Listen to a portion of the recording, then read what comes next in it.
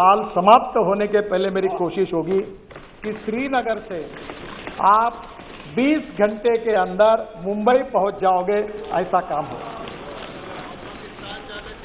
हमारे लिए खुशी की बात है कि दिल्ली से जयपुर 2 घंटे में, दिल्ली से हरिद्वार 2 घंटे में, दिल्ली से देहरादून 2 घंटे में, दिल्ली से जयपुर 2 घंटे में, दिल्ली से अमृतसर 4 घंटे में और दिल्ली से मुंबई 12 घंटे में इसी साल हम दिसंबर के पहले कर सकेंगे। आज हमारे देश में केवल यहाँ काम हो रहा ऐसा नहीं है। हम लोग चेन्नई से बेंगलोर का रोड बना रहे हैं, वो भी 2 घंटे में हो जाएगा। काफ़ी लंबी लिस्ट है, पर मैं सम्मान्य सदस्यों को ये विश्वास दिलाना चाहूँगा कि राष्ट्रीय महामार्ग के ऊपर 2014 में हमारी सरकार आई। मैं निरंजन जी आपको कोई कॉन्ट्राडिक्ट नहीं कर रहा हूँ, केवल वस्तुस्थिति बता रहा हूँ। ये जोजिला टनल थी, ये इसका मंजूरी आपके सरकार ने दी थी। बाद में इसके बाद 4 बार टेंडर हुआ। एक बार टेंडर आया तो एक ही टेंडर आया, रिजेक्ट किया गया। दूसरे बार टेंडर आया तो आईएलएफएस को मिला, वो आईएलएफएस की हालत खराब होगी तो टेंडर टर्मिनेट हो गया। तीसरे बार टेंडर आया, उसमें भी अड़चन आई क्योंकि 12,000 करोड़ कॉस्ट बढ़ गई। फिर कैबिनेट में जाना पड़ा। तो मेरे समझ में नहीं आया कि ये कॉस्ट क्यों बढ़ रही है। और मैं केवल, ये मेरा श्रेय नहीं है, मेरे हमारे अधिकारियों का है। और दिल्ली में एक एसोसिएम करके एक संस्था है जो उद्योग और व्यवसाय में काम करती है, उनको मैंने कहा कि आप इसके ऊपर एक दिन का वर्कशॉप लीजिए। और नॉर्वे से लेकर दुनिया के सब लोगों को बुलाया और टेक्निकल और फाइनेंशियल क्वालिफिकेशन के बारे में, ना मैं चार्टर अकाउंटेंट हूँ ना मैं इंजीनियर हूँ, पर मुझे वर्ली बांद्रा सी लिंक मुंबई में बना, एक्सप्रेस हाईवे बना, थोड़ा अनुभव था। तो मैंने कहा ये टनल की कॉस्ट एग्जैगरेटेड है, इसके टेक्निकल क्वालिफिकेशन बदले। और उसमें इंडियन कॉन्ट्रैक्टर को इनकरेज किया गया। 12,000 करोड़ की एस्टिमेट कॉस्ट थी। और आज मुझे बताते हुए एक खुशी हो रही है, हमारे यहाँ तो अभी तो मैं 50 लाख करोड़ के काम कर चुका हूँ। और इस सदन को विश्वास के साथ नम्रतापूर्वक बताना चाहता हूँ, यहाँ तो थोड़ी भी गड़बड़ हुई तो तुरंत आपको पता चल जाता है। आपको 50 लाख करोड़ में एक भी कॉन्ट्रैक्टर ऐसा नहीं मिलेगा कि उसको अपना कॉन्ट्रैक्ट मंजूर करने के लिए कभी मंत्री को मिलना पड़ा, ऐसा एक भी नहीं मिलेगा। आपको कोई ध्यान में आएगा तो मुझे बता दें। Transparent, time bound, result oriented and corruption free. और आपको मुझे बताते हुए खुशी हो रही है, इस देश के इस टेंडर में जिस कंपनी ने कॉन्ट्रैक्ट जीता, 5 लोगों ने टेंडर भरे, कंपटीशन हुई और हैदराबाद की एक मेधा इंजीनियरिंग करके कंपनी है, उन्होंने काम लिया। और फारूक साहब, इस एक ही काम में हमारी सरकार ने एस्टिमेट कॉस्ट से 5,000 करोड़ रुपए की बचत की और ये करके दिखा 5,000। तो मैं आपको निश्चित रूप से ये बताना चाहूंगा कि आज हमने गंगा पर कितने पुल बना रहे, जितने मांगते उतने बना गए। यानी स्वाधीनता के बाद जब तक हमारी सरकार नहीं आई, उतने ब्रिज गंगा पर थे, उतने हमारे 7 साल में ललन सिंह जी बैठे हैं, जो बोलते हैं वो मंजूर करा के हमने सब मंजूर करके दिए। ब्रह्मपुत्रा के ऊपर भी अभी तक ये बहुत, ब्रह्मपुत्रा तो सागर ही है और उसमें भी आपके यहाँ जितने मांगे उतने, जिसका आपने कल माजोली का उल्लेख किया, मेरे से गलती हो गई, मैं सोनवाल जी के प्रचार में आया था माजोली और वो सोनवाल जी मुख्यमंत्री थे और मुझे हाथ दबा दबा कर हेलीकॉप्टर, आप एक ही करो, आप बोल दो। तो मैंने बोला अरे मुझे कुछ मालूम नहीं, कॉस्ट कितनी है, क्या है, तुम मुझे कर रहे हो जबरदस्ती। बोले आप बोल दो, मैं चुनाव जीतूंगा नहीं तो मैं हार जाऊंगा। ये लोग नाराज हैं। उसने मुझे इमोशनल, अब ब्लैकमेलिंग शब्द बराबर नहीं है, पर इमोशनल हाथ दबा कर थोड़ा सा ऐसा डरा दिया कि मैं पब्लिक मीटिंग में गया और मैंने कहा कि माजोली का पुल हम बना देंगे। जैसे मैं आया दिल्ली तो मेरे अधिकारी ने बताया कि सर आपको पता है ये ब्रिज कितने कीमत का है? बोला कितना? बोले 6,000 करोड़ का। तो मेरा एकदम डाउन हो गया। मैं बोला 6,000 करोड़ एक ही ब्रिज के लिए कैसे देना? और आपको बता दो अध्यक्ष महाराज, ये कितना अच्छा काम हुआ। हमने एक नई टेक्नोलॉजी लाई। वैसे भी स्टील और सीमेंट का 40% हम कंज्यूम करते हैं और मार्केट में भाव बढ़ाते जा रहे हैं। मेरा तो बात चल जाए तो मैं स्टील और सीमेंट का उपयोग ही खत्म कर दूंगा रोड से, ताकि ये घूमते रहे। क्योंकि हमने क्या किया कि ये जो ऑस्ट्रेलिया अपना सिंगापुर में और मलेशिया में एक टेक्नोलॉजी आई, ये जो 2 बीम दिख रहे हैं आपको, इसमें मेट्रो में सब जगह पर डिस्टेंस होता है 30 मीटर। और अभी हमने ये तय किया कि वहां जो टेक्नोलॉजी आई है, ये 2 पियर के बीच का डिस्टेंस 120 मीटर तक हो सकता है, क्योंकि ऊपर का जो बीम डालते हैं उसका कास्टिंग स्टील फाइबर में होता है। और अध्यक्ष महाराज, हमने वो मैंडेटरी किया और टेक्नोलॉजी नहीं लाई, वर्ल्ड की जितनी अच्छी टेक्नोलॉजी वो लाने की कोशिश करे वो हमने स्वीकार की। और फिर ये माजोली आइलैंड का टेंडर निकाला, और आपको बताते हुए मुझे खुशी हो रही है कि 6000 करोड़ का ब्रिज हमने 680 करोड़ में यूपी ब्रिज कारपोरेशन को दिया, और यूपी ब्रिज कारपोरेशन अभी वहां काम कर रही है, और शायद मैं इस साल में एक साल में उसके उद्घाटन के लिए आ जाऊंगा। तो अध्यक्ष महाराज, हमारी कोशिश यही रही कि कॉस्ट ऑफ कंस्ट्रक्शन को कम करना और क्वालिटी ऑफ कंस्ट्रक्शन को इंप्रूव करना। और ये करते समय कभी कभी बहुत लोगों ने चिंता जताई कि एनएचआई का क्या होगा, बहुत कर्जा आया है। मैं आपको बताता हूं, कभी कुछ पूरा सच बताने में मेरी इसलिए अड़चन है कि अगर ये मैं कभी बताऊंगा तो आप उस दिशा से अगर मेरे ऊपर अगर आर्गुमेंट करने लगे तो मैं अड़चन में आ जाऊंगा।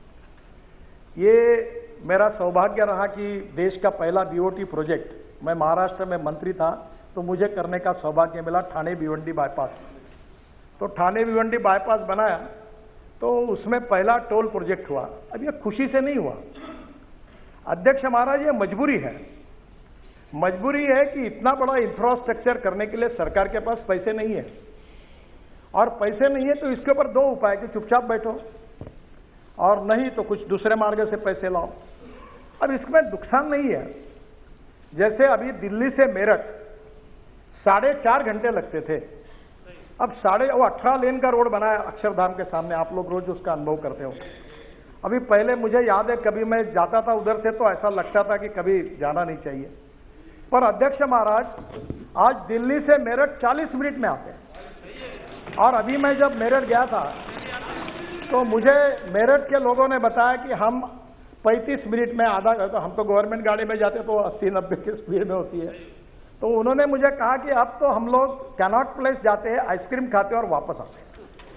यानी इतनी कनेक्टिविटी बढ़ी। आप मुझे बताइए 4.5 घंटे अगर गाड़ी चलेगी तो जितना पेट्रोल डीजल जलेगा वो 40 मिनट में बचत हो जाएगी, वो पैसे में हम टोल लेते हैं। अब ये जो श्रीनगर में दिल्ली से 8 घंटे में आप जाएंगे, अभी आज तो मुझे लगता है कि 8 भी नहीं 30 घंटे में भी जाना मुश्किल है।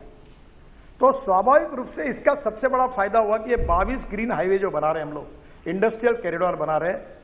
अध्यक्ष महाराज, देश की सबसे बड़ी समस्या अगर कोई है तो लॉजिस्टिक कॉस्ट है।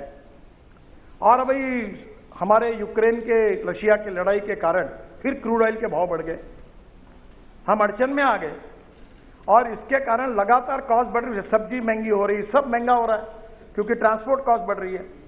और वर्ल्ड में चाइना की लॉजिस्टिक कॉस्ट 8 से 10% है, अमेरिका की लॉजिस्टिक कॉस्ट 12% है, यूरोपियन कंट्रीज की 12% है, और हमारे यहाँ एक ट्रक यहां से निकलता तो मुंबई जाने के लिए 50 घंटे लगते हैं। अब अध्यक्ष महाराज, दिल्ली और मुंबई हाईवे बनने के बाद एक कार से 12 घंटे में जाएगा और ट्रक 22 घंटे में जाएगा। तो आधे से ज्यादा अगर समय बचेगा, मशीन कम होगी तो डीजल जो है वो भी कम होगा, तो लॉजिस्टिक कॉस्ट कम होगी। तो हम लोग जो पोर्ट कनेक्टिविटी जो हमने नोट्स निकाले हैं, वो गतिशक्ति में भी 800 नोट्स निकाले हैं। केवल डिस्ट्रिक्ट को 4 लेन से नहीं जोड़ रहे, पोर्ट को जोड़ रहे, इंडस्ट्रियल कॉरिडोर, इंडस्ट्रियल क्लस्टर को जोड़ रहे, फिशिंग के लिए जोड़ रहे, एग्रो प्रोसेसिंग इंडस्ट्री को जोड़ रहे। तो स्वाभाविक रूप से मैं विश्वास दिलाता हूं कि प्रधानमंत्री जी का जो आत्मनिर्भर भारत का सपना है वो पूरा करना होगा तो एक्सपोर्ट को बढ़ाना होगा, इंपोर्ट को कम करना होगा। एक्सपोर्ट को बढ़ाना होगा तो इंटरनेशनल मार्केट में हमको वायबल होना पड़ेगा, कॉम्पिटिटिव बनना होगा, और कॉम्पिटिटिव बनना होगा तो उसके लिए हमको लॉजिस्टिक कॉस्ट को कम करना होगा। और इसलिए ये जो रोड इंफ्रास्ट्रक्चर खड़ा हो रहा है, जिसका उल्लेख सम्मान्य सदस्यों ने किया था कि आज देश का 70% गुड्स ट्रैफिक रोड पर है और 90% पैसेंजर ट्रैफिक रोड पर है। पर मैं आपको विश्वास के साथ बताना चाहता हूं कि जो नए एनएच बन रहे, ग्रीन एक्सप्रेस हाईवे बन रहे, ग्रीन एक्सप्रेस हाईवे का मतलब यह है कि पुराने रोड को हमने छोड़ दिया, मेरे साथ एक तमिलनाडु का अच्छा लड़का काम करा, अभी वर्ल्ड बैंक में बहुत होशियार था, मेरे स्टूडेंट था। तो उसने एक दिन मुझे कहा कि ये जो रोड ऐसे है, ये देखो, वो गूगल पे गया और उसने दिल्ली से चेन्नई रेस मार दी और मुझे बताया कि ये देखो कैसा घूमते घूमते रोड जा रहा है, ये हम क्यों कर रहे हो। तब उन्होंने पहले आइडिया बताई और हमने नए ग्रीन हाईवे का नेटवर्क खड़ा किया। अब जो महाराष्ट्र में रहते हैं, पूना में, सुप्रिया जी को पता होगा, पूना में इतना ट्रैफिक जाम, इतना एयर पोल्यूशन, मुंबई में पोल्यूशन। अब पूरे उत्तर भारत का ट्रैफिक जो कर्नाटक, तमिलनाडु, तेलंगाना, केरल जा रहा है, वो मुंबई पूना नहीं जाएगा।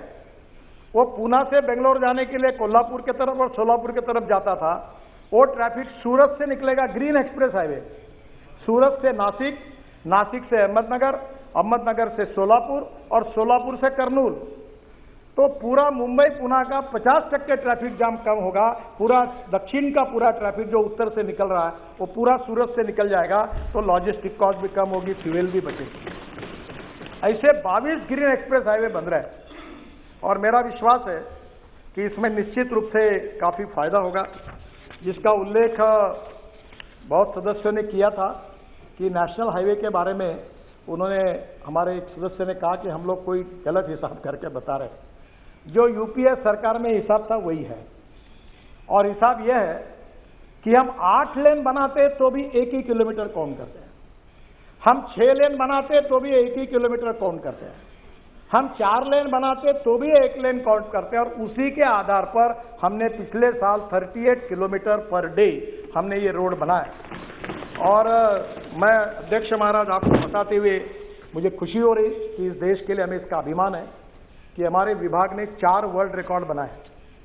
पहला वर्ल्ड रिकॉर्ड ये कि 38 kilometre per day road construction, कोई इसमें ऐसा कोई हमने कई गलत फिगर नहीं बनाई, जो रिकॉर्ड था उसी से बना। उल्टा वेस्टर्न कंट्रीज में 8 होगा किलोमीटर बनाया लेन, तो बोलते 8 किलोमीटर बना। हम 8 किलोमीटर को 1 किलोमीटर कह रहे, जो यूपीए सरकार में पद्धति वैसी पद्धति से बनाया। 38 kilometre highest in the world. दूसरा हमने किया अभी जस्ट 1 वीक एगो, we constructed road length of 50 kilometers single lane in 100 hours, longest length of flexible pavement, DBM course road construction in 100 hours, world record हो गया। This record happened on the section of Delhi Vadodara greenfield alignment in Panchmahal district of Gujarat। फिर दूसरा record हुआ जो है 1.38 kilometre, ये तो अभी बताया मैंने आपको। ये जो कंस्ट्रक्शन का है, ये दूसरा रिकॉर्ड हुआ 2.5 kilometre long 4 lane cement concrete road near Vadodara in 24 hour. 4 lane 2.5 kilometre का रोड हमने केवल 24 घंटे में बनाया। बाद में 26 kilometre single lane between road Solapur Bijapur section NH 52 21 घंटे में बनाया। तो मुझे खुशी है कि हमारे देश में निश्चित रूप से काफी बड़े प्रमाण पर कॉन्ट्रैक्टर की टेक्नोलॉजी में भी सुधार हो रहा है। सर, आप बहुत से लोगों ने क्वालिटी के बारे में कहा, मैं थोड़ा आपको नम्रतापूर्वक कहना चाहता हूं। जो रोड अभी बने हुए हैं, जो रोड 2 साल पहले बने हुए हैं, जो रोड 3 साल पहले बने हुए हैं, जो रोड 4 साल पहले बने हुए हैं और जो रोड 5 साल बने हुए आपके कॉन्स्टिट्यूंसी के, मुझे आप बताइए कि उस रोड पर एक भी गड्ढा है क्या? उस रोड पर बताइए। प्रॉब्लम क्या हुआ मैं आपको बताता हूं। प्रॉब्लम यह हुआ है कि जो रोड हमने अभी तक बनाए नहीं वो रिपेयर करते हैं। ये भी एक गोरख धंधा है। वो हर साल 1 इंच का बिटुमिन लगाते हैं रोड मेंटेनेंस के नाम पर, और हर बार सब खुश रहते हैं, सभी लोगों को फायदा होता है। ये आप सबको पता है। मैंने इसको बंद करा है और मैंने कहा 1 टाइम डेवलपमेंट में जो, क्योंकि मैं मेरे कॉन्स्टिट्यूंसी में 350 किलोमीटर सीमेंट कॉन्क्रीट रोड बना चुका हूं। आप कभी नागपुर आइए तो कोई गड्ढा ही नहीं दिखेगा आपको, कितने भी बरसात आने दो। तो हमने क्या किया कि एक 6 इंच व्हाइट टॉपिंग की टेक्नोलॉजी निकाली और पूरे तरह कॉन्क्रीटिंग कर दिया है। जो ब्लैक कॉटन सॉइल है वहां प्रॉब्लम होता है, इसलिए जो मेंटेनेंस के प्रॉब्लम है वो आपके सही है। और इसमें एक एनुअल प्लान बनता था, और एनुअल प्लान बनने के लिए उसकी हर स्टेट की एक लिमिट रहती थी कि तुम इतना दो, तुम इतना दो, तुम इतना दो। फिर वो उसको फिर झंझट, इतनी लैंड एक्वायर किया, चक्कर काटने का काम। मैंने एक दिन सेक्रेटरी को बोला, काय के लिए करते हो, पैसा है ना अपने पास, हटाओ लिमिट कैंसिल कर दी। और मैंने सब स्टेट गवर्नमेंट को कहा तुम में जितना दम होगा, जितना भेजना होगा उतना भेजो, सब सैंक्शन कर देता हूं। ये मध्य प्रदेश में गया था, शिवराज सिंह चौहान के घर में मीटिंग चल रही थी, तो वो सेक्रेटरी पूछ रहा था इतना भेजू क्या, इतना? अरे मैंने बोला तुम्हारे पास जितना दम है उतना भेज दे, सब मंजूर कर सकते। अभी कोई प्रॉब्लम नहीं है सर। इस एनुअल प्लान में पुराने एनएच के जितनी बातें हैं उसके ऊपर मेरा रिक्वेस्ट है, पूरा भेज दो, एनएच चाहिए वो, और मैं आपको पूरे काम कर दूंगा। रही बात सीआरएफ की, सीआरएफ में अड़चन है। सीआरएफ का जो फंड होता है, आपके राज्य में पेट्रोल डीजल पर जो सेस मिलता है, उस सेस का फंड जो होता है वो सीआरएफ का होता है, और उसमें मैं पैसा नहीं बढ़ा सकता। जितना मिलता है सेस उतना ही आपको दे सकता हूं। अब वो एमपी अलग से बोलते हैं, एमएलए अलग से बोलते हैं, राज्य सरकार अलग से बोलते हैं। अब रोटी बनाने के लिए 2 किलो का आता है और 2000 लोगों का खाना है, तो थोड़ा गड़बड़ होती है। पर आज मैं एक नई घोषणा कर रहा हूं कि सेतु भारतम करके हमारी योजना थी, और इस बार मैं वित्त मंत्री को धन्यवाद दूंगा कि उन्होंने 1600 करोड़ रुपए ज्यादा सीआरएफ ने हमें दिए हैं। तो हमने एक सेतु भारतम योजना बनाई थी कि एनएच पर जितने आरओबी थे हम पूरे बनाने के लिए कोई 150-200 बना रहे।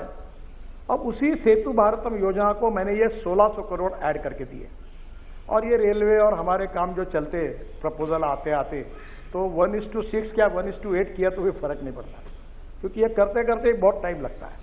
पर 1:6 भी पकड़ा तो भी 8 से 10 हजार करोड़ होते हैं।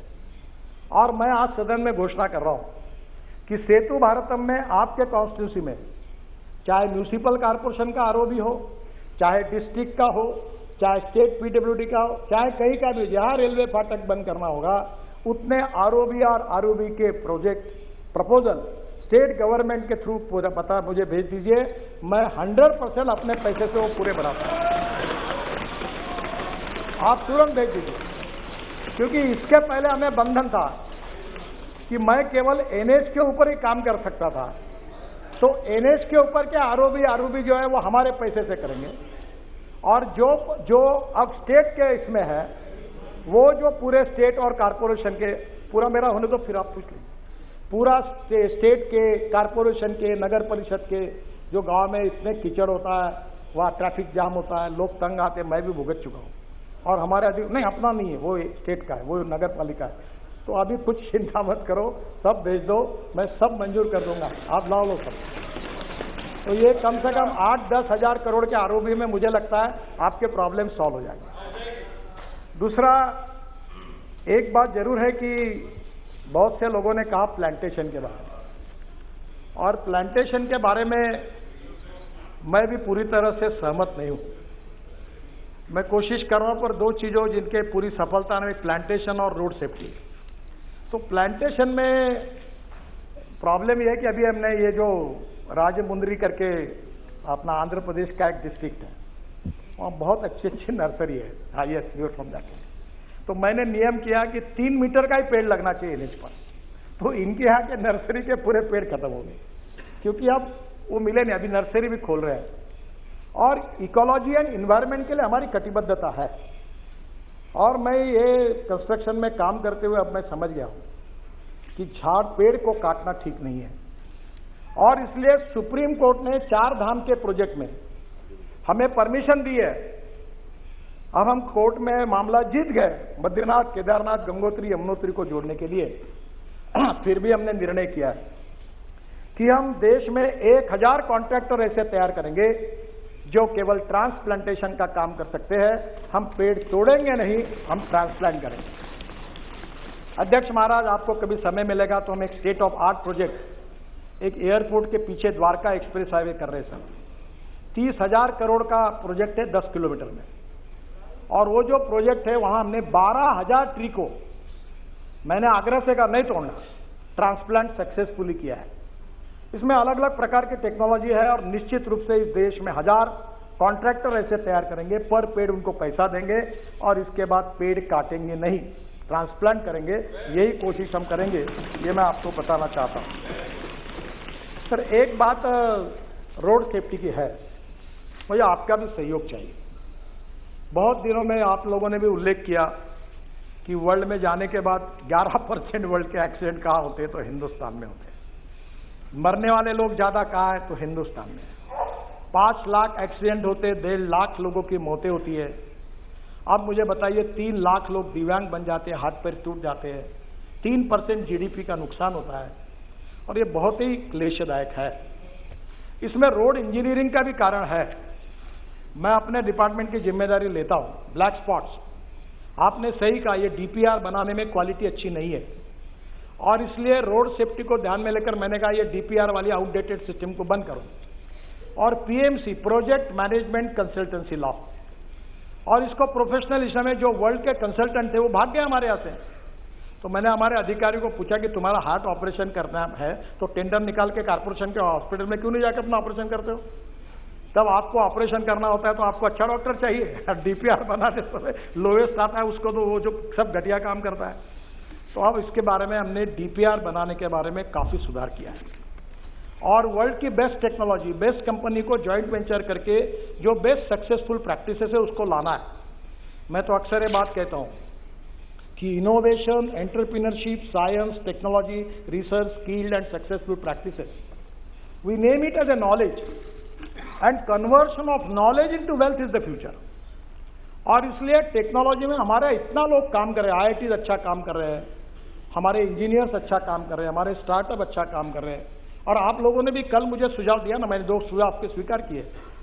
एक किसी ने कहा, मैं नाम भूल रहा हूं, अध्यक्ष महाराज, उनने कहा आधार कार्ड के ऊपर, शायद श्रीनिवास पाटिल जी ने कहा था, आधार के कार्ड के ऊपर, जिसके बाद आधार का कार्ड है और वहां टोल है, तो आधार का कार्ड देखकर मानकर उसको तुरंत पास इशू किया जाए।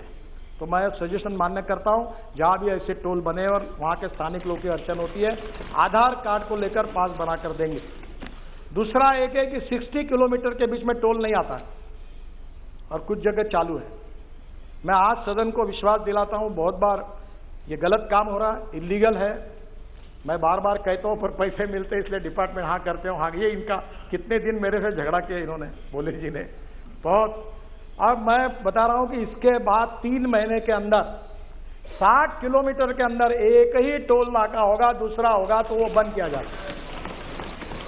क्योंकि लोगों को जरूर है कि हमें पैसा भी चाहिए, इसका मतलब लोगों को तकलीफ नहीं देनी चाहिए। तो आज ये जो रोड सेफ्टी की बात हुई, इसमें अभी हमने रोड इंजीनियरिंग में सुधार करने के लिए काफी उपाय किया। ऑटोमोबाइल में इंडस्ट्री का भी मैं मंत्री हूं, बहुत इंडस्ट्री मेरे ऊपर नाराज हो गई क्योंकि इकोनॉमिक मॉडल को मैंने 6 एयरबैग मैंडेटरी कर दी। तो उनने कहा कॉस्ट बढ़ेगी, तो मैंने कहा कॉस्ट बढ़ेगी तो बढ़ने दो, गरीब मरता है तो मरने दो और धनवान को बचाओ, ऐसा है क्या मतलब यहां। इसके बाद इस देश में इकोनॉमिक मॉडल, छोटा से छोटा कोई नैनो मॉडल हो, हर गाड़ी में 6 एयरबैग लगेगी, ये हमने मैंडेटरी कर दिया ताकि हमारे लोगों की जान नहीं जाए। अध्यक्ष महाराज, अभी तो गाड़ियों में इतना सुधार हो रहा, मैं बाद में बताने वाला हूं उसके बारे में, पर एक बात जरूर है कि रोड इंजीनियरिंग के साथ एजुकेशन की भी बहुत जरूरत है। रूल्स ऑफ द रोड, कानून के प्रति सम्मान भी नहीं और डर भी नहीं। मैं अपने स्टूडेंट लीडर जब था यूनिवर्सिटी का, तो मुझे याद है, मुझे बताते हुए शर्म आ रही है कि मैं स्टूडेंट यूनियन के चेयरमैन का चुनाव लड़ रहा था, तो पैसे नहीं रहते थे, पेट्रोल नहीं, डीजल नहीं, गाड़ी नहीं, तो एक स्कूटर थी, विजय स्कूटर। तो मैं बोलता था 4 दोस्तों को, एक चौथा जरा ठीक से बैठ, वो टायर पे बैठ और नंबर प्लेट पे हाथ रख। अब जो चला जाता तो पुलिस वाला चिट्ठी मार रहा था, नंबर ही नहीं मिलता था, हम चले जाते। अब मुझे वो दिन याद हो रहा है कि हम क्या गलती कर रहे थे। अब आज स्थिति ऐसी हो गई है कि आज भी लोग ग्रीन सिग्नल, रेड सिग्नल कोई पालन ही नहीं करते। और मैंने आपके अध्यक्षता में एक कमेटी निकाली है, हर मेंबर ऑफ पार्लियामेंट उसका अध्यक्ष होगा जिले में, कलेक्टर उसका बोर्ड सचिव होगा। और हमारे यहाँ महाराष्ट्र में, मैंने एक बार महाराष्ट्र में एक्सीडेंट को मराठी में अपघात कहते हैं, ये जो सुप्रिया जी बैठी है, ये पुणे कोल्हापुर रोड पर एक जयसिंहपुर बाईपास था, मैं मंत्री था, एक जगह पर 150 लोग मरे थे, पर सरकार ने सुधार नहीं किया था। और इसलिए हमने इस प्रकार से, जो आपके जिले में, आपके कॉन्स्टिट्यूंसी में जितने एक्सीडेंट होते हैं, आप चिंता करो, आप विजिट करो, आप कलेक्टर को, एसपी को, कमिश्नर, सब आपके कमेटी में, उनको बुलाओ, कारपोरेशन को, एनएच को, स्टेट पीडब्ल्यू नोटिस दो कि यार लोग मरे, अगले बार कोई मरेगा तो आप जिम्मेदार होंगे, इसको सुधारो। और ऐसे कैसे नहीं सुधारते?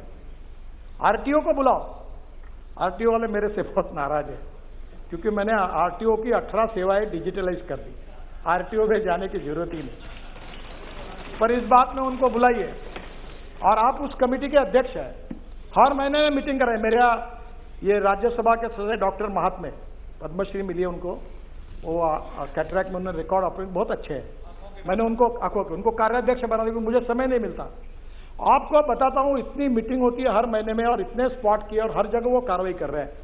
मैं आप सबको हाथ जोड़कर अनुरोध करता हूं, कोई लड़ाई में जितने लोग नहीं मरते, कोई कोविड में जितने लोग नहीं मरते, रोड एक्सीडेंट में 1.5 लाख लोग मर रहे हैं, और मरने वाले लोगों में 18 से 45 वयोवर्ष के 65% लोग हैं, यंग लड़के हैं। परसों में हमारा एक्सीडेंट हुआ, मुझे बताते हुए दुख हो रहा है, इनको मालूम होगा। एक गाड़ी में वर्धा के रामदास टर्स यहां बैठे, एक मेंबर ऑफ पार्लियामेंट, इनके कॉन्स्टिट्यूंसी में, इनके गांव के ढाबे में गए, वहां खाना खाया, और वहां से आते समय 140 किलोमीटर के स्पीड से 7 बच्चे एमबीबीएस पार्ट 1 के होशियार लड़के, पूरी गाड़ी अंदर गई और 7 के 7 मर गए। मैं आपसे अनुरोध करता हूं कि इसके बारे में जनता के सहयोग के बिना, लोगों के सहयोग के बिना, और लोक प्रतिनिधियों के सहयोग के बिना ये मामला नहीं निपटा जा सकता। केवल कितना भी फाइन बढ़ाया, नया मोटर व्हीकल एक्ट आप सबके सहयोग से मंजूर हुआ, कार्रवाई कर रहे हैं, पर मेरा आपसे अनुरोध है कि आने वाले समय में एक्सीडेंट को रोकने के लिए आप सबका सहयोग चाहिए। आपके जिले के, आप अभी परसों मैंने जवाब में कहा था कि हमारे यहाँ भी ये ब्यूरोक्रेटिक सिस्टम ऐसी होती है कि वो एक्सीडेंट का ब्लैक स्पॉट है, फिर सेंट्रल ऑफिस को भेजो। मैंने कहा नथिंग डूइंग, जहां 2 बार एक्सीडेंट हुआ ऐसा ब्लैक स्पॉट होगा, हमारा आरओ और चीफ इंजीनियर 50 करोड़ रुपए का काम तुरंत उसको इंप्रूव करने के लिए खर्चा करेगा, और तुरंत उसको छोड़ेगा। ऐसा नहीं तो लोग मरते रहे, हम देखते रहे, ऐसा नहीं होना चाहिए। मेरा आपसे अनुरोध है कि ये एक बहुत बड़ा प्रश्न है रोड सेफ्टी का। देखिए, क्या बताएं, अच्छा बताओ या नहीं बताऊं, मुझे संकोच होता है। हाँ, तेलंगाना, यस सही है।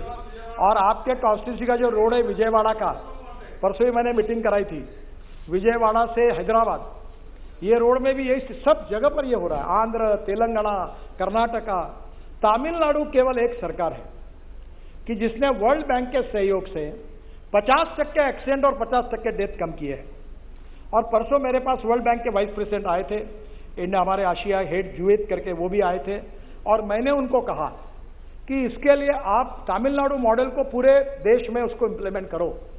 और मुझे आज बताते हुए खुशी हो रही है कि हम 14,000 करोड़ रुपए, इसमें से वर्ल्ड बैंक और एडीबी 50% भारत सरकार, ऐसी योजना का शुभारंभ तुरंत करने जा रहे हैं, और जिससे राज्य सरकार में भी, सिटी रोड में भी, जहां जहां ऐसे ब्लैक स्पॉट होंगे उसको इंप्रूवमेंट करने के लिए हम पैसा देने वाले हैं, ताकि ऐसे एक्सीडेंट में लोगों की जो मृत्यु हो रही है उसको कम किया जाए।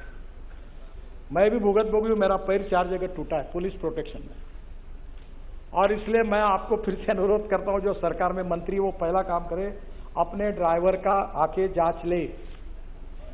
कैटरैक्ट निकलता है, मैं महाराष्ट्र में मंत्री था तो अनेक ड्राइवर कैटरैक्ट वाले निकले 40%। एक केंद्र सरकार में एक मंत्री थे, उनका ड्राइवर एक आंखों से अंधा ही था, ऐसी गाड़ी चला रहा था। और एक मुख्यमंत्री थे, उन्होंने मुझे बताया, नाम नहीं बताता आपको, कि मेरा ड्राइवर दोनों आंखों से अंधा था और आवाज पे गाड़ी चल रहा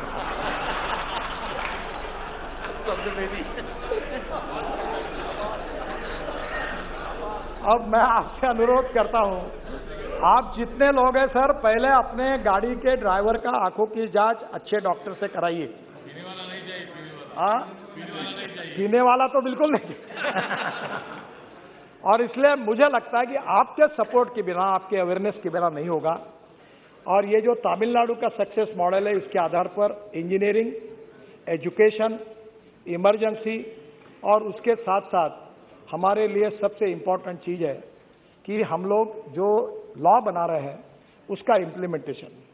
ये चारों बातों के आधार पर अगर वर्ल्ड बैंक का भी सहयोग मिल रहा है तो हम लोग हिंदुस्तान में, कहीं कहा जाता है, मैं भी कभी सवाल नहीं करता हूं, मैं कभी पत्रकार मुझे बहुत आड़े टेढ़े सवाल करते हैं, मैं पूछता हूं, आप में से कितने लोग ऐसे जो आरटीओ ऑफिस में जाके ड्राइविंग की टेस्ट देके जिन्होंने लाइसेंस लाया, बताओ, हाथ ऊपर करो। मैं आपको ये सवाल नहीं पूछूंगा कि आप कितने लोगों को जिन्होंने आरटीओ ऑफिस में जाकर ड्राइविंग की टेस्ट देके लाइसेंस मिलाया। शायद सब लोग हाथ ऊपर कर नहीं पाएंगे। मैं आपको एम्ब्रॉसिंग पोजिशन में नहीं लाता। सर, ये अध्यक्ष महाराज, ये स्थिति है कि वर्ल्ड में इस बात की चर्चा होती है कि जिस देश में सबसे आसानी से लाइसेंस मिलता है, ऐसा कोई देश है तो हिंदुस्तान है, और हमारे इस लाइसेंस को वो मानते नहीं। इसलिए आने वाले समय में इस विषय में आपके स्टेट गवर्नमेंट में भी आप जरूर सहयोग करिए, यही मैं आपसे अनुरोध करूंगा। अध्यक्ष महाराज, और एक बात है जो विशेष रूप से मैं आपको अनुरोध करूंगा कि अब ये जो पोल्यूशन है रोड का, डीजल का, ये भी समस्या है। मैं बहुत 15 साल से इसके पीछे लगा हूं, और मैं आपको आमंत्रित करूंगा कि जरा इस सेशन में अगले सप्ताह मेरे घर पर आइए। मैं हाइड्रोजन पर चलने वाली कार में आपको चक्कर दूंगा। अध्यक्ष महाराज, अब दिन वो दूर नहीं है कि हम लोग ग्रीन हाइड्रोजन 3-4 प्रकार का होता है। ब्लैक हाइड्रोजन यानी जो कोयले से बनता है, ब्राउन हाइड्रोजन यानी पेट्रोलियम से बनता है, और ग्रीन हाइड्रोजन जो है वो पानी से बनता है। ट्रांसपोर्ट मिनिस्ट्री ने स्पेशल इनिशिएटिव लिया है कि अब पेट्रोल डीजल के बजाय हम लोग अब ethanol, methanol, biodiesel, bio CNG, bio LNG और ग्रीन हाइड्रोजन और इलेक्ट्रिक पर आएंगे। और मैं आप सबसे अनुरोध करता हूं, बहुत आसान काम है। आपके हर जगह पर नगर पालिका और महानगर पालिका में गंदा पानी है, सीवेज वाटर। मैं 7 साल पहले पीछे लगा और मेरे कॉन्स्टिट्यूंसी का टॉयलेट का पानी मैं महाराष्ट्र सरकार को बेचता हूं। आपको पता लगेगा, आश्चर्य होगा कि 325 करोड़ रुपए हमको साल के मिलते रॉयल्टी टॉयलेट का पानी बेचकर। अब उसी पानी को अच्छा बनाकर जो हम लोग सॉलिड वेस्ट मैनेजमेंट है, उसमें हमारे कचरे में ग्लास है, मेटल है, ऑर्गेनिक है, इसको सेग्रीगेट करके रूफटॉप सोलर और छोटी विंड मिल जो गुजरात में बनती है उसको लेकर, क्योंकि ग्रीन हाइड्रोजन बनाने में 70% कॉस्ट पावर की है, और पावर में हमारे पावर मंत्री भी बहुत इनिशिएटिव ले रहे हैं, और इसलिए आगे चल के उन्होंने काफी देने वाले सहूलती। तो वहां से हम लोग डायरेक्ट अगर वो पावर मिल जाएगी तो पानी से ग्रीन हाइड्रोजन निकलेगा, फिर उसको एक विशिष्ट बार तक प्रेशराइज करना पड़ता है, तो जनरेटर जो होगा वो इथेनॉल पे होगा।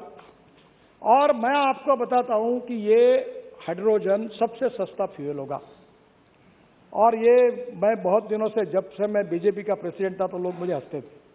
मैं इथेनॉल की बात करता था, बायोफ्यूल की बात करता, आपको पता है अब सब लोग करने लगे।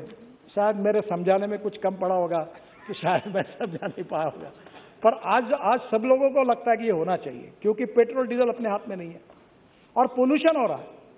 और इसलिए मैं आज सदन से अनुरोध करूंगा कि आज ग्रीन हाइड्रोजन के ऊपर आपके डिस्ट्रिक्ट में आप इनिशिएटिव लीजिए। अभी सिंह साहब उसके ऊपर स्कीम ला रहे हैं। इलेक्ट्रोलाइजर भारतीय इंजीनियर्स ने, मैं इनॉग्रेशन के लिए जा नहीं पाया, बेंगलोर में हमारे अमेरिका के 4 इंजीनियर हैं, उन्होंने इलेक्ट्रोलाइजर बनाया, 1 करोड़ 20 लाख का।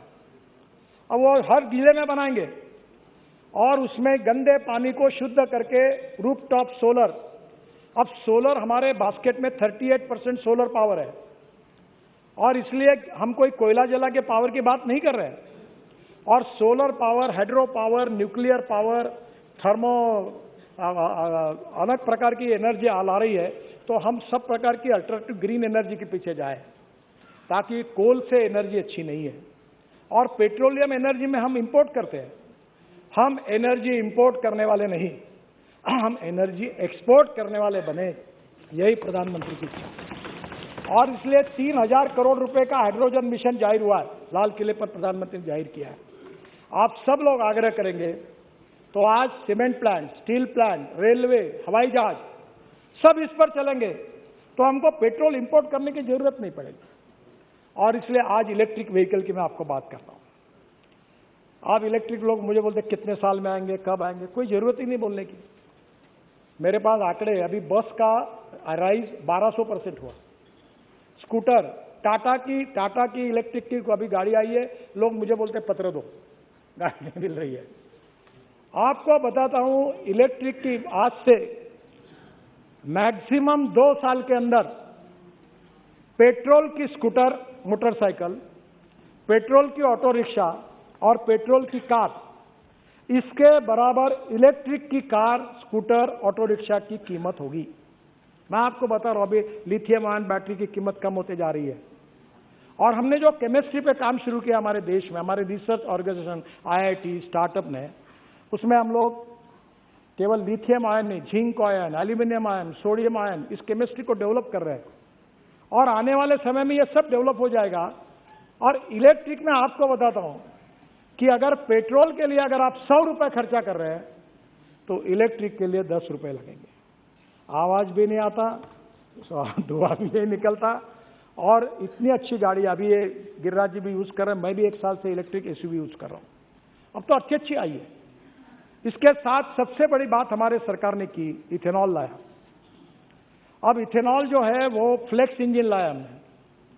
फ्लेक्स इंजन की एडवाइजरी इशू की है टोयोटा, सुजुकी और हुंडई, तीनों ने भी एक्सेप्ट किया है कि 6 महीने के अंदर गाड़ियां आएंगी।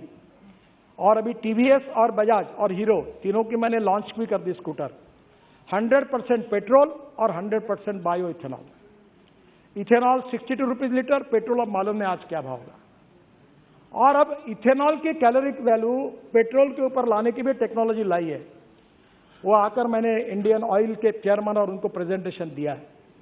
तो आने वाले समय में हमारा किसान, गन्ना उत्पादक किसान, sugarcane use to ethanol, B molasses to ethanol, C molasses to ethanol, corn to ethanol, broken rice to ethanol, biomass to ethanol. हम वेस्टलैंड पर बांबू लगाए, बांबू टू इथेनॉल। आसाम में बांबू से इथेनॉल बनना शुरू हो गया। और इसलिए मैं आपको यह कहना चाहूंगा कि आत्मनिर्भर भारत अगर बनाना है तो 25,000 करोड़ 5 साल के बाद हमारा इंपोर्ट क्रूड ऑयल पेट्रोलियम का होगा। उसको अगर बचाना है तो आज हमको import substitute, cost effective, pollution free और इंडिजीनियस फ्यूल पे जाना होगा। और हमारा प्रयास है कि ये फ्यूल जल्दी आ जाएगी तो निश्चित रूप से आने वाले समय में पोल्यूशन भी कम होगा।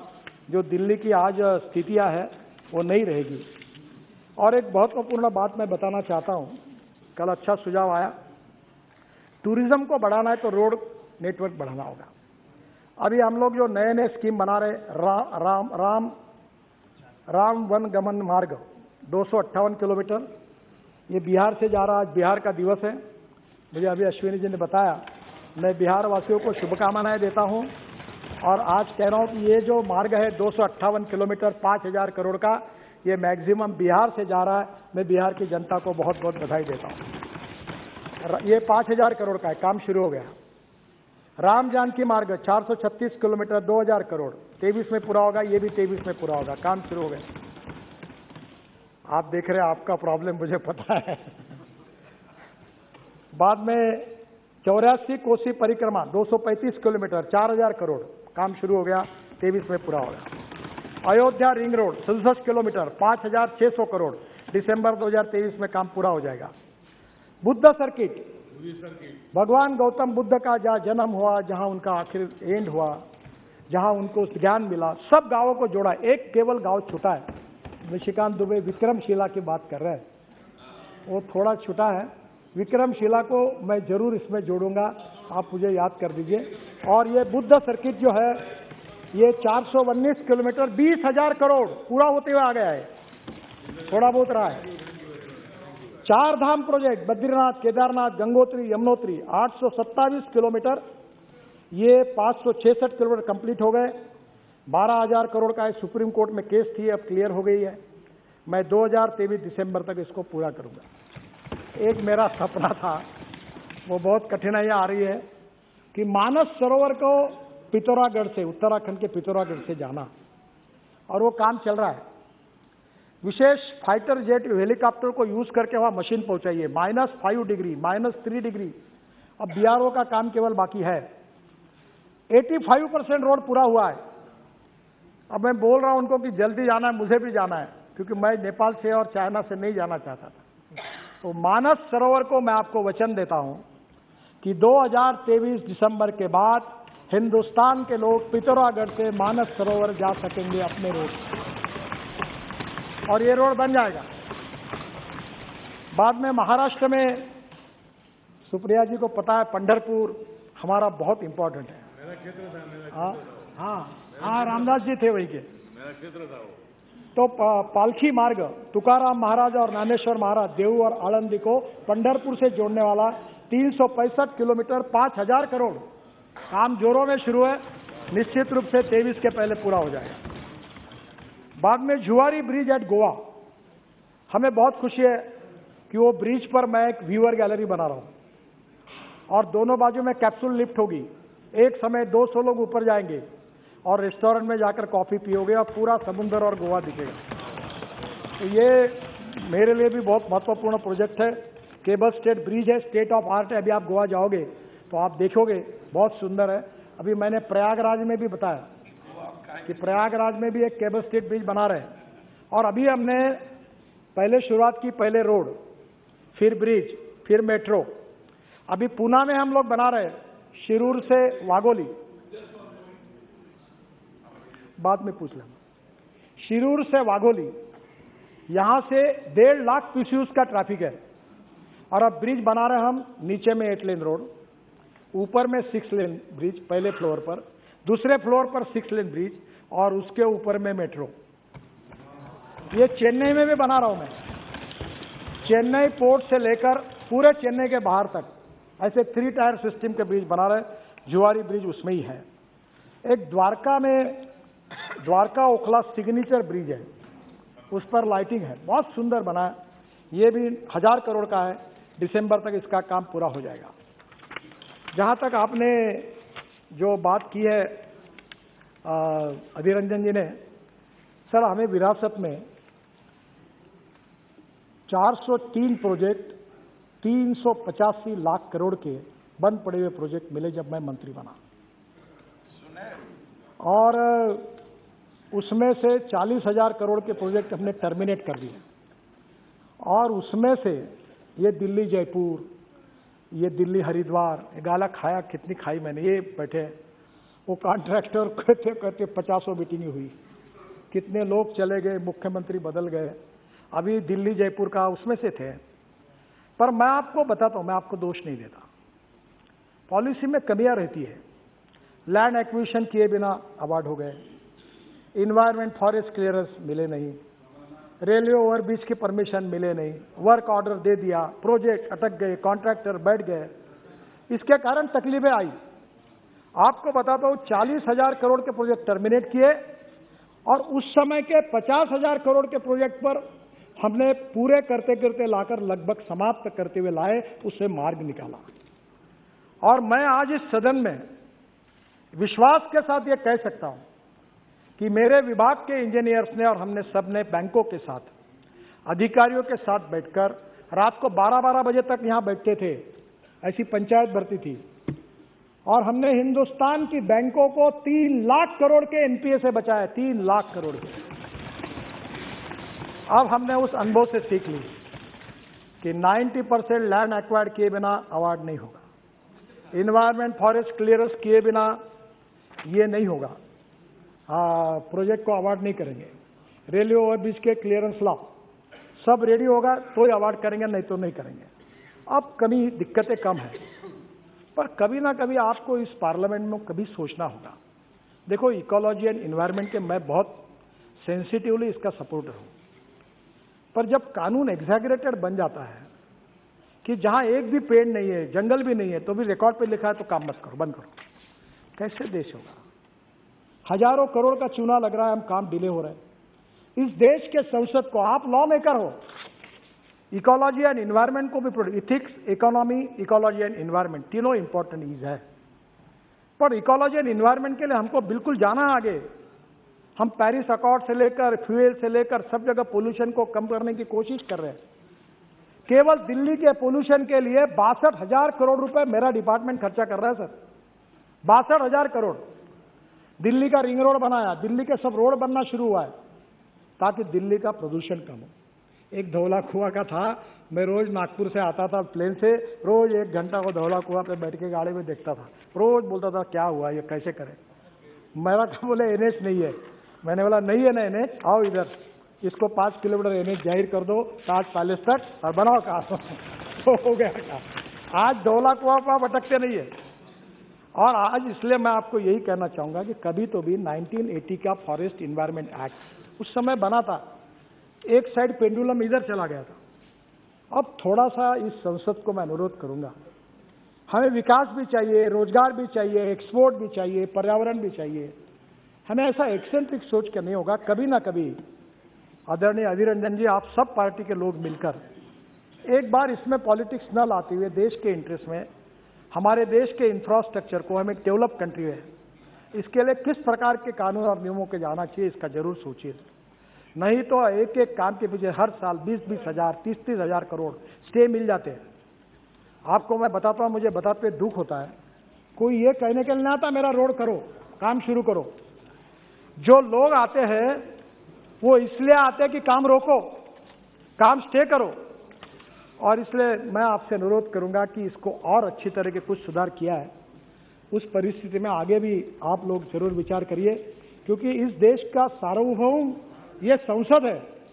आप लॉ मेकर है, लेजिस्लेटिव विंग है, लोकतंत्र जो 4 पैरों पर खड़ा है, वो चाहे जुडिशरी हो, एग्जीक्यूटिव विंग हो, उसके साथ हमारी संसद लेजिस्लेटिव विंग हो और मीडिया हो। तो आप लोगों का अधिकार है, हमारा अधिकार है, देश के हित में पर्यावरण की भी रक्षा करेंगे और देश का विकास करेंगे। ऐसा कोई बात आप जरूर करिए। मैं मेरे अनुभव के साथ कहता हूं, हर साल 20 से 25 हजार करोड़ का चुना केवल डिले के कारण होता है, और आपके समय भी जो प्रोजेक्ट बन पड़े उसका कारण यही कारण में घूम रहा था। और इसलिए मैं निश्चित रूप से आपको कहूंगा कि इस बात के बारे में विचार करिए। मुझे सम्मान्य सदस्य ने एक बात कही है कि हमने बौद्ध सर्किट बनाया। वैसे हमने दिल्ली अमृतसर कटरा रोड पर, जब हमारे आप लोग आए थे, हमारे सिंधु साहब चेयरमैन थे, वो पंजाब के हैं, मुझे कहा कि अमृतसर के बाहर से रोड जाएगा तो ये जो 4 महत्वपूर्ण गुरुद्वारा अमृतसर के अंदर है वो कैसे होंगे। मैंने बोला अंदर से रोड जाएंगे। हमने खर्चा किया, डबल बनाए, अब चारों को जोड़ दिया। और आपको ताज्जुब होगा कि पाकिस्तान में करतारपुर, जो हमारा सबसे तीर्थ स्थल है जहां इतिहास जुड़ा हुआ है, उसको हमारे लोगों ने 4.5 महीनों में वो तीरथपुर का कॉरिडोर बनाकर पूरा किया। हमारे सब सिख बंधु पाकिस्तान में जा रहे हैं। रिलीजियस टूरिज्म को बढ़ाने की हमने हर समय कोशिश की, एडवेंचर स्पोर्ट्स को, ओली, ये हमारा कारगिल के नीचे हमारा ये झोजिला, सर क्या जगह है। मैं तो अध्यक्ष महाराज आपको कहूंगा कि पार्लियामेंट का एक डेलीगेशन आप जोजिला टनल देखने के लिए आप आइए, मैं व्यवस्था करता हूं और आप जरूर देखने के लिए आइए। ये देश का, फारूक साहब तो जानते हैं वही के है, अध्यक्ष हमारा स्विट्जरलैंड से कई गुना अच्छा हमारा कश्मीर है। और वहां अगर टूरिज्म बढ़ेगा तो कश्मीर में कोई गरीबी नहीं रहेगी, कोई भूखमरी नहीं रहेगी, सब रोजगार मिल जाएगा। और आज वहां हम एडवेंचर स्पोर्ट, हमारे आइस के ऊपर के स्पोर्ट, मैंने गवर्नर से बात की है और इसीलिए हमने उसको विकसित किया है टूरिज्म को। एक बात रही है जो हमारे यहाँ विशेष रूप से जैन सर्किट की भी बात निशिकांत जी ने रखी। मैंने आज बैठकर बहुत काम किया है, पर अभी भी मुझे लगता है कि जैन समाज और आप सब लोगों के सुझाव लेकर मैं इस सदन को आश्वस्त करता हूं कि जैन सर्किट, इसको भी हम बनाकर उसको भी जोड़ने का काम करेंगे, ये विश्वास यहाँ देता हूँ। एक और अच्छी बात हुई है जिसका आप लोग फायदा लीजिए। अभी प्रधानमंत्री जी ने मेरे विभाग के पास ropeway, cable car, funicular railway दिए हैं। अभी ये जो रोड ट्रेन है ना, रोड ट्रेन में 2 बसेस इलेक्ट्रिक केबल पे चलती है, तो उसमें एकदम टिकट सस्ता हो जाएगा। ये ट्राम जो थी आपकी कलकत्ता की, वैसी वो टायर पर चलने वाली बस है।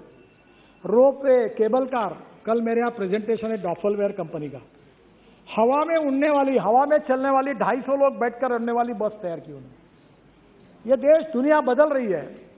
अब रोप के में देखो, मेरे 47 प्रोजेक्ट मंजूर किए हैं 20,000 करोड़ के, जिसमें Kedarnath, Hemkund Sahib Gurudwara, Neelkanth Mahadev temple Rishikesh, Hanumangarhi temple Nainital, Trimbakeshwar temple Hariharpur Nashik, बाद में 18 रोपवे है जो हिमाचल प्रदेश में, उत्तराखंड में है, जो 6,000 करोड़ के 11 प्रोजेक्ट्स है।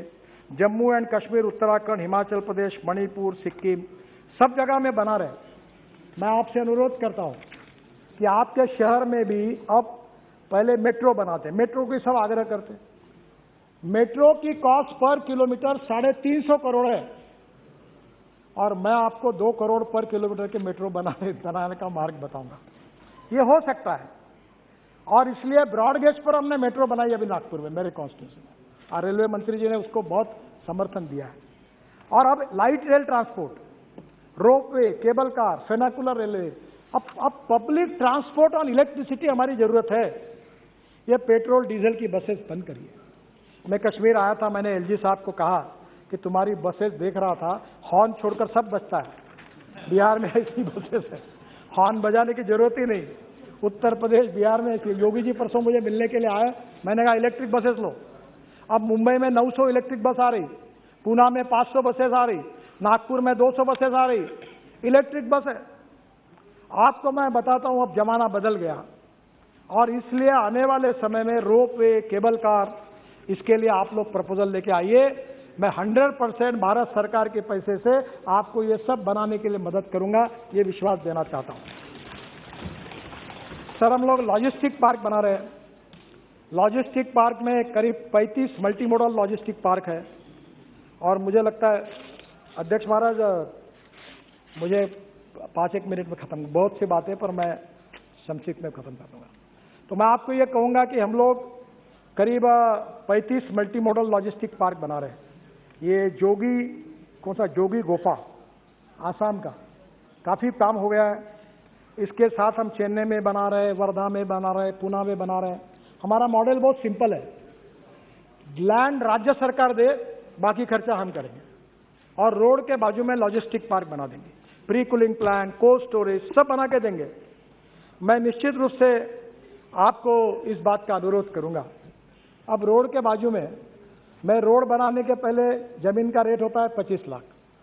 आजकल मुझे बहुत लोग मिलने के लिए आते हैं, बोलते हैं आप मेरे मित्रों एक काम करो। मैंने बोला क्या? बोले रोड की अलाइनमेंट बताओ कहाँ से जा रही। मैं बोला तुमको क्या करना है? बोले तुमने अलाइनमेंट बताने के बाद मैं जमीन खरीद लूंगा। तो मैंने मैं तुमको क्यों बताऊंगा? अब मैं आपको कह रहा हूं कि राज्य सरकार को कहो। मैंने अभी हरियाणा के सरकार को कहा कि गुड़गांव, नोएडा, अब ये सब पैक हो गए।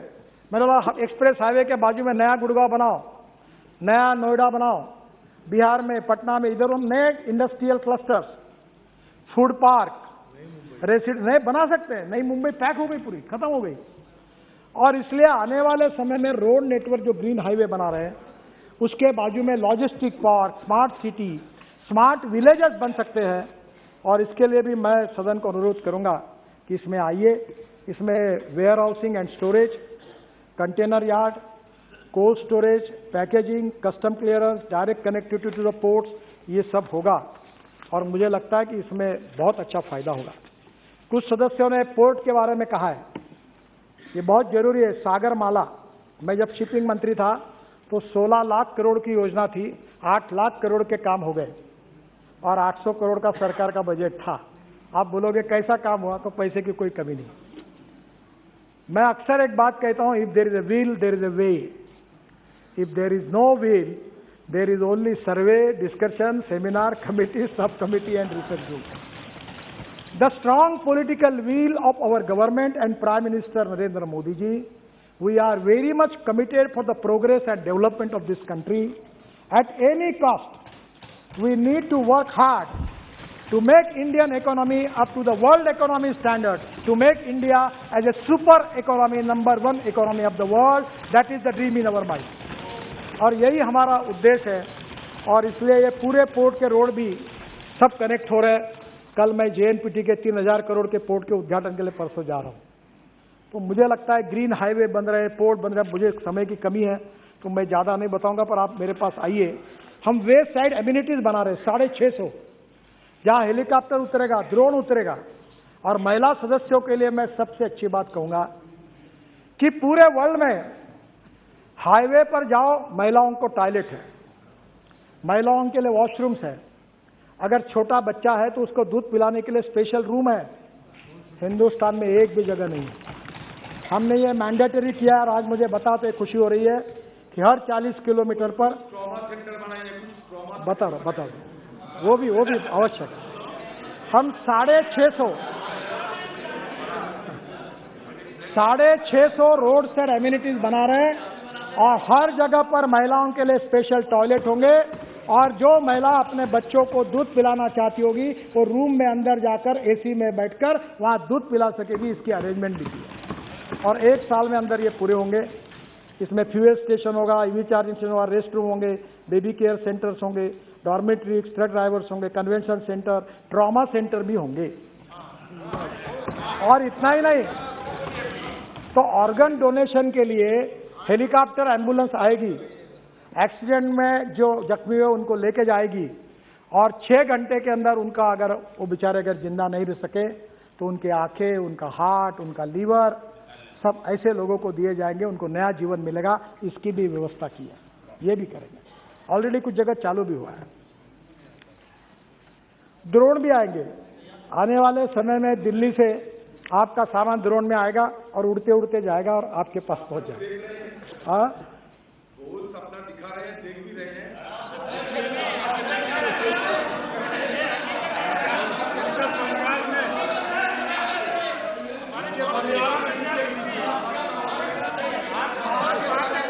मौत की तादाद बढ़ रहे हैं। आप जरूर ये मानिएगा कि मौत की तादाद बढ़ रही है ट्रॉमा सेंटर ना होने के चलते, गोल्डन आवर की सुविधा उपलब्ध ना होने के चलते, ये आपको मानना पड़ेगा।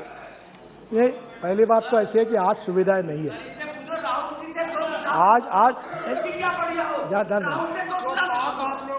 आज पहली बात ऐसी है कि आपका सुझाव बिल्कुल बराबर है। आज पर्याप्त सुविधाएं नहीं है, इसमें कोई गलत नहीं है। पर मैं आपको एक बात विश्वास के साथ बताता हूँ, ये महाराष्ट्र के जितने एमपीज बैठे हैं ना, मैं पिछले 40 साल से राजनीति में हूँ और मैं ब्लंट भी हूँ। मैं जहाँ से चुनाव लड़ता हूँ हजारों लोगों के सामने भी बोलने की ताकत रखता हूँ कि एक मैं करूँगा नहीं, मेरा होगा नहीं, तुम आओ मत फिर से। मैं आपको बताता हूँ कि जितना आज तक मैंने अपने लाइफ में कहा है, मैं नम्रतापूर्वक बताता हूँ कि मुझे कोई भी व्यक्ति वो सवाल नहीं पूछ सकता कि आपने ये बोला और ये नहीं होगा। अगर एक आधा काम नहीं होगा, अब उसमें कोई अड़चन आएगी, सुप्रीम कोर्ट ने स्टे दे दिया, इन्वायरमेंट ने काम बंद कर दिया, तो मैं कुछ कर नहीं सकता। पर मैं जो होने लायक है वो ही बताऊंगा और आप कभी आपको मन में संशय आएगा तो मैं इसलिए बताया कि इस अधिवेशन में अगले सप्ताह से रोज क्वेश्चन आवर खत्म होने के बाद मेरे पास आइए, मेरे अधिकारी इधर बैठेंगे, इधर आप बैठो, आइदर यू कन्विंस मी और कन्विंस बाय मी। आपका जो भी सुझाव होगा उसके ऊपर अमल किया जाएगा, क्योंकि आप इस देश के मालिक हैं। ये देश आपके अधिकार से चलेगा, आपके दृष्टिकोण से चलेगा, आपके विचारों से चलेगा, क्योंकि आप लोग जो है वो इस देश के निर्माता है। मैं हमारे अधिकारियों को कहता हूं, जब मेंबर ऑफ पार्लियामेंट आ रहा उसका मैं कहना सीरियसली लो, तुम अपनी बात पर मत जाओ, और वो जो बोल रहा है वो काम हर संभव होना चाहिए और वो पूरी तरह करने की कोशिश मैं करूंगा, ये विश्वास मैं आपको देता हूं। ये हवाई जहाज की बात हुई कि रोड पर हवाई जहाज उतरना, अब मेरा एक कंसेप्ट है, शिंदे जी आपसे अनुरोध करता हूं कि मैं 28 नेशनल हाईवे पर इमरजेंसी लैंडिंग रोड कम रनवे बना रहा हूं, 28। इसमें नाम भी पढ़ देता हूं क्योंकि फिर आप बोलोगे कि आप बातें कर रहे हो, सपने दिखा रहे हो, तो नाम पढ़ देता हूं। गगरिया बक्सर राजस्थान, नेल्लोर ओंगल आंध्र प्रदेश, ओंगल चिलकलपुरित Andhra Pradesh, Banihal Srinagar Jammu Kashmir, Kharagpur Balasore West Bengal Orissa. Remaining 23 are awaiting clearance from Indian Air Force, वो भी प्रपोजल गया है। और सर बिहार में भी है, मैं बाद में आपको लिख दूंगा, नॉर्थ ईस्ट में भी है। मैं आप उसका एयरफोर्स का क्लियरेंस के लिए रुका हुआ है, वो प्रपोजल गया है। मैं आपको इतना ही बात कहूँगा कि मेरे ये जो एयर स्ट्रिप बनी है वहाँ 300 मील एयरपोर्ट नहीं है। राजस्थान में हम गए थे बाड़मेर में, तो मेरा आपसे अनुरोध है कि एक छोटा सा एक 2 विमानों के लिए एक छोटा एयरपोर्ट बना हुआ। जब विमान उतरेगा तो रेलवे फाटक जैसा बंद होता है वैसा रोड ट्रैफिक बंद हो जाएगा, विमान उतर के एयरपोर्ट चला जाएगा। एयर स्ट्रिप मैंने फुकट में बना दिया आपको एक 3-4 करोड़ का एयरपोर्ट बना लो, लगे तो लाइट भी लगा दो उसमें, नाइट लैंडिंग में हो जाएगा, मैं अनुमति दे दूंगा। और मेरा कैपिटल जो है कुछ नहीं, 0 है, मैंने आपके लिए बना के दिया, रोड कम है वो। और जब वो प्लेन उड़ने के लिए आएगा तो फिर रोड ट्रैफिक बंद करो, आएगा उड़ जाएगा, फिर रोड चालू हो जाएगा। अब दिन में 2-3 जाते हैं, अभी ये बाड़मेर गया था, बाड़मेर, जहाँ से पाकिस्तान दिखता था, वहाँ 300 किलोमीटर एयरपोर्ट नहीं है। आप उड़ान स्कीम में छोटे छोटे प्लेन लगा दो, चालू कर दो, तो इन लोगों का फायदा हो सकता है। और हमारी जगह आपको free of charge, without any royalty आपको देने के लिए हम तैयार हैं। अगर ये होगा तो आप जरूर करिए, ये सब जगह हो रहा है। सर, हमने काफ़ी नई टेक्नोलॉजी लाई है और टेक्नोलॉजी का उपयोग करेंगे, मैं उस पर जाता नहीं। इलेक्ट्रॉनिक टोल का 97% कलेक्शन हो गया है। अब मैं जीपीएस सिस्टम लाना चाहता हूँ, टोल ही नहीं रहेंगे। अब टोल नहीं रहेंगे तो कुछ अखबार वाले लिख देते कि टोल खत्म होगा। टोल नहीं खत्म होगा। If you want good services you have to pay for it. मुझे लोग पूछते टोल कब माफ करोगे? मैंने बोला तुम यहाँ 5 स्टार होटल में कार्यक्रम करते हो तो क्या फुकट में मिला क्या आपको? अगर फुकट में करना था तो रामलीला मैदान पे बैठना था। जब यहाँ बुलाते हो तो पैसा देना पड़ेगा। तो अभी जीपीएस सिस्टम है और आपके गाड़ी में जीपीएस लगा देंगे, अब मैंडेटरी कर दिया, और वहां से रिकॉर्ड होगा आपने कहां से एंट्री की, कहां से निकले, और आपके बैंक अकाउंट से पैसा जाए, कोई आपको अड़ाएगा नहीं, कुछ नहीं। तो उसको भी लाने की कोशिश कर रहे हैं।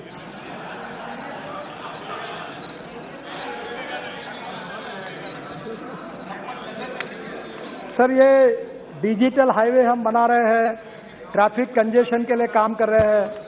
अभी टीओटी है, टीओटी के बाद टोल ऑपरेट ट्रांसफर, फिर हम लोग इनविट कर रहे हैं। अब इनविट में मुझे आपका सहयोग चाहिए। मैं अब इस देश के गरीब लोगों के पैसे से हाईवे बनाना चाहता हूं।